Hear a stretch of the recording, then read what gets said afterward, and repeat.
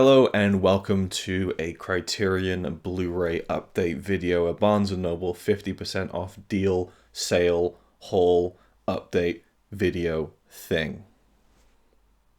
Yeah, so there's only one thing in this video that is actually from a legitimate Barnes & Noble 50% off deal item that I'm showing you in a video, and we'll get to that right off the bat. But I do have 1, 2, 3, 4, 5, 6, 7, 8, 9 Criterions to show you in this video, which actually brings my Criterion collection up to 90 titles, which is really exciting. Though if we're taking into account spine numbers, it's probably a little bit more than that, because I have a few like trilogy sets and things like that. But anyway, so roughly I have 90 Criterions in my collection now, which is not even a tenth of what Daisuke has. So I got some catching up to do. No, so the Barnes & Noble sale happened again. I think it's over now. It went on in November of 2019. It is now December of 2019. And I honestly forgot all about it. It slipped my mind, wasn't even thinking about that, wasn't on my radar whatsoever. So I really have to thank Quack, a good friend of mine, who had helped me out with a few things earlier on in the year with the Criterion sale. And the one thing that I wanted, don't know why I'm putting up two fingers. The one thing that I wanted this summer just wasn't available anywhere. I had, I think, at least 4 people check for me in various Barnes & Noble stores in America. I think CP, Ryan, I think Karate Popcorn, and also Quack had to look for me. Couldn't find this particular title in the 50% off deal because it was a recent release, and so everyone was buying it. So I really wanted it, but it's a digipack release, and if you know me, if you followed my channel for any number of, months, years, whatever, you'll know that I'm really particular about my digipack packaging being pristine, especially the Criterion digipack packaging. So I always want to get someone to pick one up for me in store and send it to me nicely bubble wrapped, as opposed to ordering it when it could get damaged and then it's just a hassle to get it replaced if you want it replaced, and then I feel like a dick when it's like a little ding on the side of the case, but still. So yeah, I was really waiting for this one, but I'd forgotten about it completely, and Quack sent me a message saying, hey look, and it was a picture of this movie I'm about to show you on the shelf in his local Barnes & Noble. I was like, oh, cool. And he said, I can get it for you in the next sale. And I thought, well, that's not till July, right? Because I'd forgotten that every 6 months or so, the 50% off sale at Barnes & Noble happens again. And I thought, oh, wait, when's the next sale? He said next week. And I was like, oh, well, thank you for thinking of me. And he did, and he went out and he grabbed it, and I'm eternally grateful for you thinking of me. And also the fact that I haven't even paid him for it yet, so that just shows what kind of a guy he is, where he's not even rushing me for the payment, because I wasn't quite sure, with Christmas coming up, if I had the money right away. He said, no worries about it, you can pay me later. So big thanks, man, I really appreciate it. And there's a few more things that he sent as well, which I'll get to in just a second. So the Blu-ray in question, I'm trying to break my own record, see how long I can do a preamble on a film before I even show it. But it is Blue Velvet. It is the David Lynch 1986 film, I believe. Yes, 1986 Blue Velvet. Finally have it in my collection in the Criterion form. Here's where I can really get rambly. So I already own this film, as a matter of fact. I think it's on the shelf somewhere here. I can just grab it quickly. And it's a perfectly fine release. It is what company even released this? High Flyers. Never heard of that company before. Either way, we have Blue Velvet, and this is a 2-disc. It's the thing with these new lights, it's almost impossible to get a glare-free image of a Blu-ray. But it's a 2-disc special edition, 2 Blu-rays. It's a very nice release. And as far as I'm aware, the transfer that comes on this is kind of the same one you get on the Criterion. Maybe they've encoded it a little bit better, I don't know. But this one is perfectly fine, looks great, has tons of special features. So why do I want the Criterion? Well, the cover looks more classy and nice, and it's a Criterion. Had to get it. No, there is a few things on here. In particular, there is a feature-length meditation on the making of the movie by Peter Bratz, filmed on set during the production, called Blue Velvet Revisited. I don't know if this is a new thing that's been made and produced for this release, like using existing footage or not. I'm not sure. Or whether it hasn't been released or it has been released. I really don't know the details behind that, but it's not on the regular release. Mysteries of Love, a 70-minute documentary from 2002 on the making of the film, is on here, which is also on that release. It's a very good documentary as well.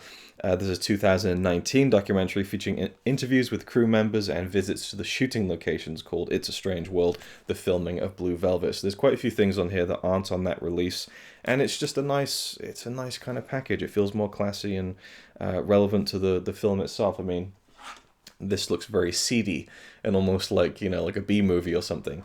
I mean, it's a nice cover, but, I certainly gravitate more towards stuff like that than, studio releases with like 5 stars slapped all over them and stuff like that. But, so there's a few things. I'm not actually sure if the Dennis Hopper, there's a really long interview with Dennis Hopper on this disc, or one of these discs. I don't think it's on the Criterion, so that's a reason to keep this. And David Lynch reading from Room to Dream, a 2018 book he co-authored with Christine McKenna, which I've listened to in its entirety, so that's nothing new to me, but it's cool to put on the disc nevertheless. So yeah, a new 4K digital restoration, Blue Velvet. I might even open that up and have a look at it in just a second, but we'll leave that to one side for now. The other things that Quack sent me are, I think there's 4 here. So he sent me 5 titles that he bought used in a store for, like, he had a great discount, so he just grabbed a bunch of stuff and asked me and a couple of people if they wanted any of them, and I did say that I wanted a few of them. Got lost in translation. He sent me one that I already had and another one that I'm going to get from the Masters of Cinema collection, which is, I'll just get to that one right away. It is a Japanese film by, I can't read the director's name on the cover there. Let's see if I can find his name. Where is it? Nobuhiko Obayashi. House. So this is also in the Massive Cinema collection, which I'll be getting at some point. But I did actually look into it, and there's special features on this one that aren't on that release, so I might hold on to this one actually. But this is meant to be a very crazy Japanese film. I don't even know the plot of this one. I don't want to actually. There's a lot of talk about this film. It seems like a crazy one, and it's definitely one that I want to check out. And I do love this cover, and the white border kind of really sells it. Kind of getting into Blu-ray down territory here. Love that artwork, but I really do. It's a really, really cool release in terms of the visual aesthetic of it, and I really, even like the disc art and everything, I really like it. But it's one of those films that I know has kind of a crazy reputation, and so I would like to just jump in fairly blind on that one. And then this one here is a film that I probably saw when I was a kid. It certainly was in heavy rotation on TV when I was a kid. It might still be in heavy rotation on TV now.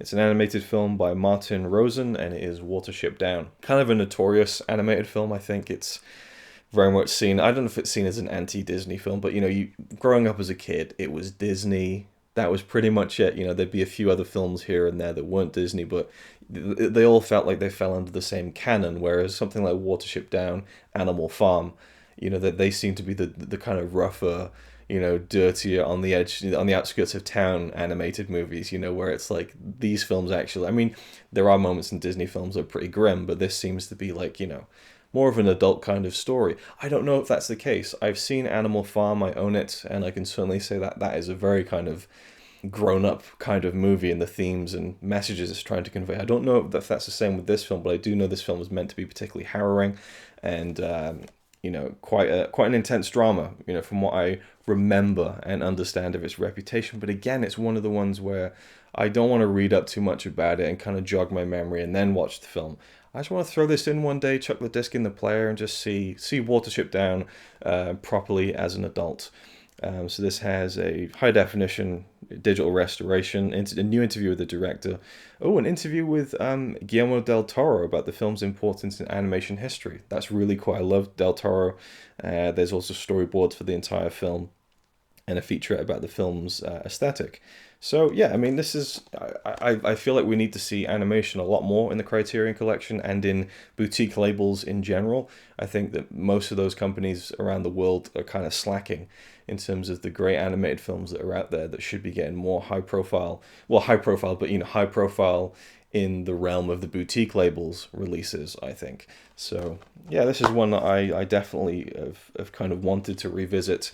Again, I just remember feeling it's a very sad film and kind of a bit intense, and watching it as a kid was a little bit of a, ooh, what the hell's going on here? And I didn't really fully finish watching it, I don't think. This one I know absolutely nothing about. Nicholas Ray, is that the director who did what was that film? It's on the shelf somewhere, and I've forgotten what the title of it is. In a Lonely Place, I think, maybe, possibly, might not be. I'm not sure. So, so this is a film by Nicholas Ray, legendary director Nicholas Ray. It says on the cover, and it is They Live by Night. So I love the cover. It's a very evocative kind of film noir-y kind of cover there. Oh, it's beautiful, actually. I love that. I'd love to have that almost as a poster on the wall. I love the font treatment as well. God, trying to get this without glare is like, where can I position it? There we go. No, no, no, no. There we go. I'll just hold it awkwardly like this. Okay, so there we go. They Live by Night. So I'll probably just check this one out. See what it's like. Doesn't seem to be too many special features on this one. This seems like one of the more low-profile-y releases that don't really get too much attention. Oh, look, yeah, I love that. I love the font. I'm turning it to CP now, but I love the font treatment on this. So it has to be film noir just based on the way that they've presented it in that cover image. Yeah, that's another one that I didn't really know anything about. And then finally, from that batch sent by Quack, again, thank you, man, is another film that is also in the Masters of Cinema collection, which I will be buying at some point because it's a great film. And this one similarly has a lot of different special features, and this is a film I'd love to have all the extras for, so I'm really, really excited to own this film now. It's a British film from 1970. It is Ken Loach's Kes. Wonderful film. I mean, it's a really, how do I even put it into words, Kes? It's a difficult one to explain, I think, but it's a really touching film, and it's a very realistic film. It's a gritty film, British drama, but there's just a slight air of, I don't know, childhood fantasy about it at the same time, and I love how it toes that line, for me anyway, where it does feel a little bit like a kid's fantasy of this young boy who gets this bird who quickly becomes his best friend and his pet. Is it a falcon? I'm not sure if it's breed of the animal is. Let's see. Quintessential portrait of working class Northern England, a 15-year-old miner's son whose close bond with a wild kestrel provides him with a spiritual escape from his dead-end life. Yeah, so this kestrel, Kestrel, I should put that together. It's been many years since I saw the film, but I remember watching it and being kind of stunned by it. The scene in the classroom when he excitedly is telling all of his classmates and his teacher about Kes is just like, it almost gives me goosebumps. There's just something raw and magnetic and brilliant about his performance in that scene. And there's a great actual interview on the Masters of Cinema disc with the kid who played the main character. I've forgotten what his name is now, but he plays the young boy, and there's a really nice interview with him on the Eureka release. But this one has a making of documentary, a 1993 profile on the director Ken Loach, and an early television film by Ken Loach called Kathy Come Home from 1966. So yeah, and also an alternate internationally released soundtrack with post-sync dialogue. I think that's where the accents were too thick for American audiences. That's really interesting. I'm not sure if the Eureka release has that, but yeah, very thick kind of northern British accents in this, which is, to me, is part of the charm of it as well. And yeah, I love this film, and really happy to get it on Criterion. So there's the receipt there. Let's see, is this the one? I'm not sure actually. Is that, what's I've just got this receipt, and I'm trying to figure out if it's so this is from the 11th of January 2019. I don't think this is the one that Quack bought. I don't know, maybe?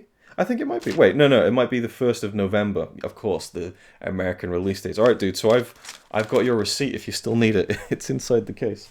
That must be, yeah? I don't want to read out the location in case you didn't want people to know where you live. I don't know. So, yeah. Oh, Blue Velvet is on there too. So, yeah. Okay, so maybe it's just the Blue Velvet receipt then. I don't know. I don't think this is for all of the other ones. It might just be because there's a Godzilla thing on there as well. It seems to be Godzilla, Blue Velvet. That's all it is. So, okay, so I have your Godzilla receipt if you want it still. Anyway, so, Kes, there we go. And I also wanted to throw in a couple of other things here. So I've already shown these, so I'm going to rattle through them very quickly.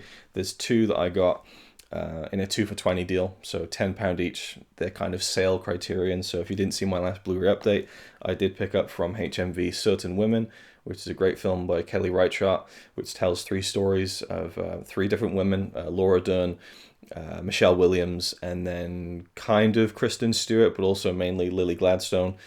Really brilliant anthology film. Highly recommend it if you haven't seen it. And then the Orson Welles documentary-ish, F for Fake, which I still haven't watched, but give me a break. It's only been a few weeks since the last Blu-ray update, so for posterity's sake, these are two that I picked up recently. And now there are two more final Blu-rays that I'm really, really excited about to kind of add into my Criterion collection. There was a Black Friday sale at HMV, and I was stunned to see that it was a 20% off everything. Every Blu-ray was 20% off for the Black Friday weekend. So I went in with one goal in mind, and that was getting this Blu-ray, which is one that I've wanted for many years. When did it come out? It only gives you the UK printing date, which is 2019. So this just came out in the UK. I was really excited to hear that it was getting the UK port, but I wasn't sure if they were going to release it in a nice digipack, like it was originally in America in 2015. There we go. So when I heard that it was, and you're getting all the kind of bits and pieces and the booklet inside and the digipack packaging, I knew I had to get it. But being a digipack release in the UK, it is £26. But with the 20% off deal and combined with a few other things, I got it down to £20, which I'm really, to me, that's a price well worth paying for a Criterion of this kind of quality. And I do feel like there is a noted difference in, say, a release like this and then a release like this. And apparently, actually, they just released All About Eve in a really cheap and weird cardboard packaging, which hasn't gone down well with a lot of people. So, but yeah, I really love the Criterion Digipack releases, and they feel worth an extra few pounds to me. But I think in the UK, the base price for Criterion is £17.99, which is a pretty good deal to me.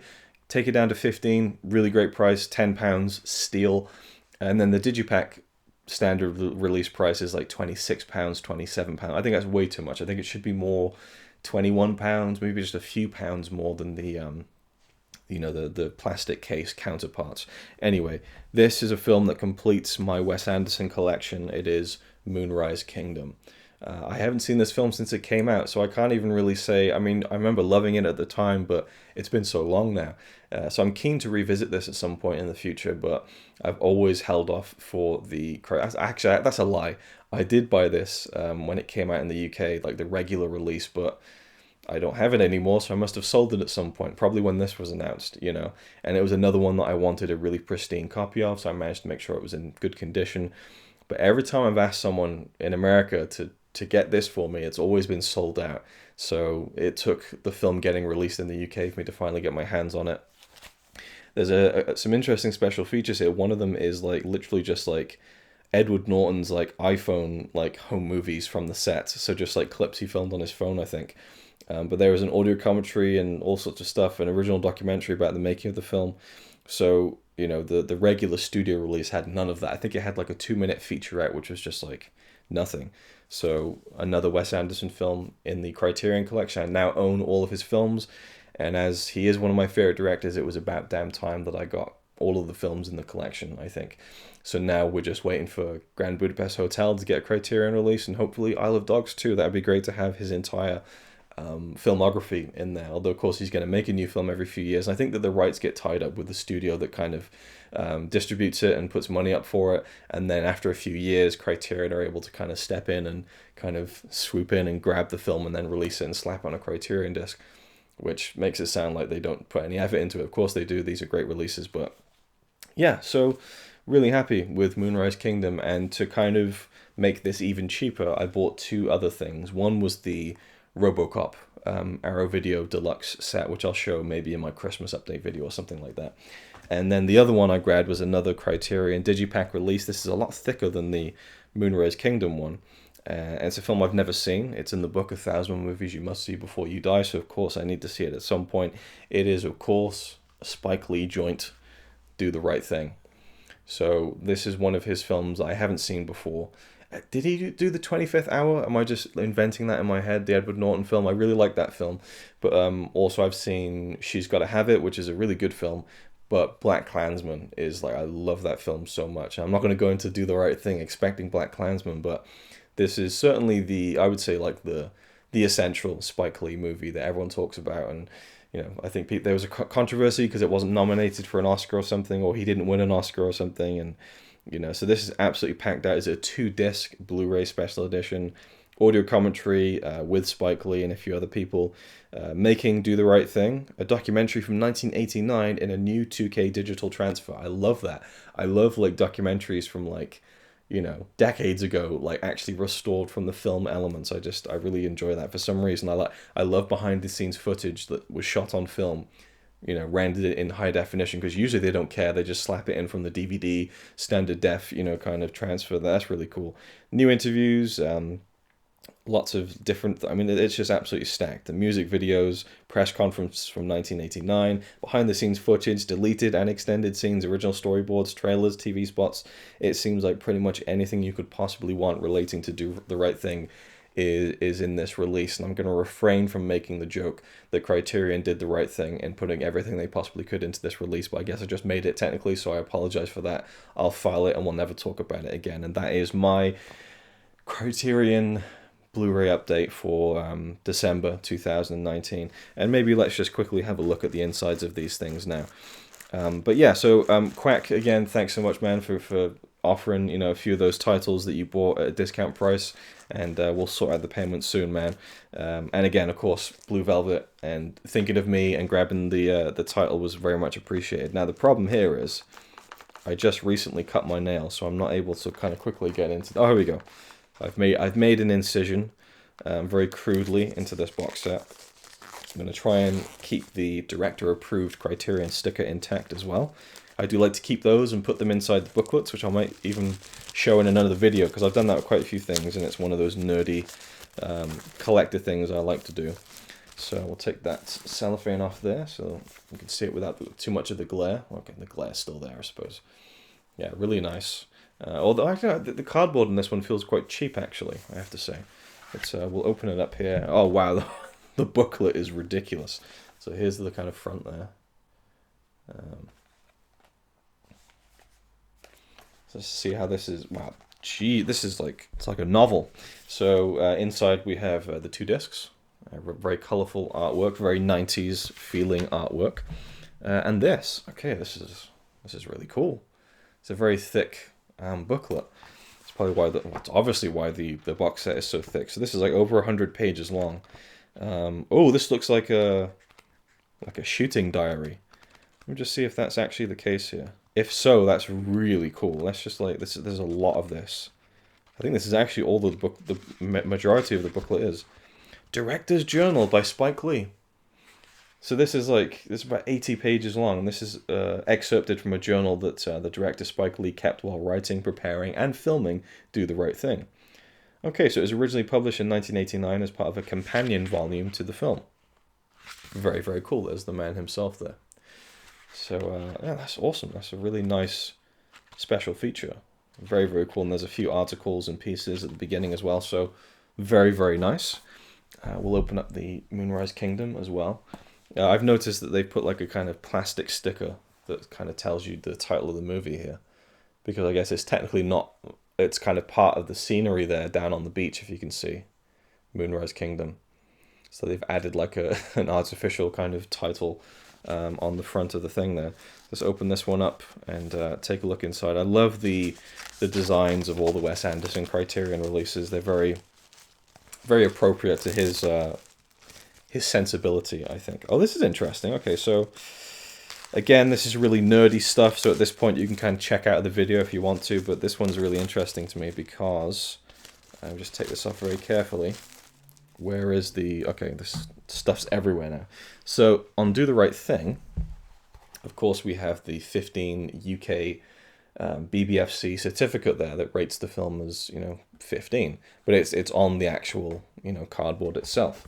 But for Moonrise Kingdom, it's not there. It was actually on the cellophane. So it was kind of removable. If you can kind of see that there. That was the 12 rating. So that's interesting.